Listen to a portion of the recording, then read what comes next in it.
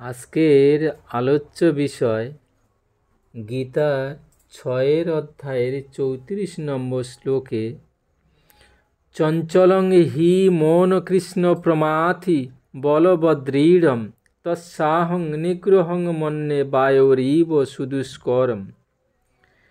এবং বৈদিক শাস্ত্রে কঠোপনিষদে বলা হয়েছে আত্মানং রথিনং বিদ্ধি শরীরং রথমেব চ বুদ্ধিং তু সারথিং বিদ্ধি মন প্রগ্রহমেব চ ইন্দ্রিয়াণি হয়নাহুর বিষয়াংস্তেষু গোচরান আত্মেন্দ্রিয় মনোযুক্তং ভক্তেত্তাহুর মনীষীণ।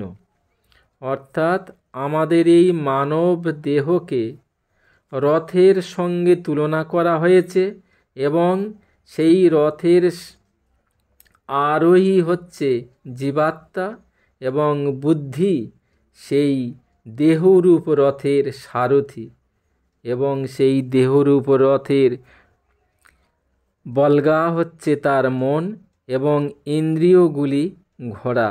এভাবেই মন ও ইন্দ্রিয়ের সাহচর্যে আত্মা সুখ ও দুঃখ ভোগ করে।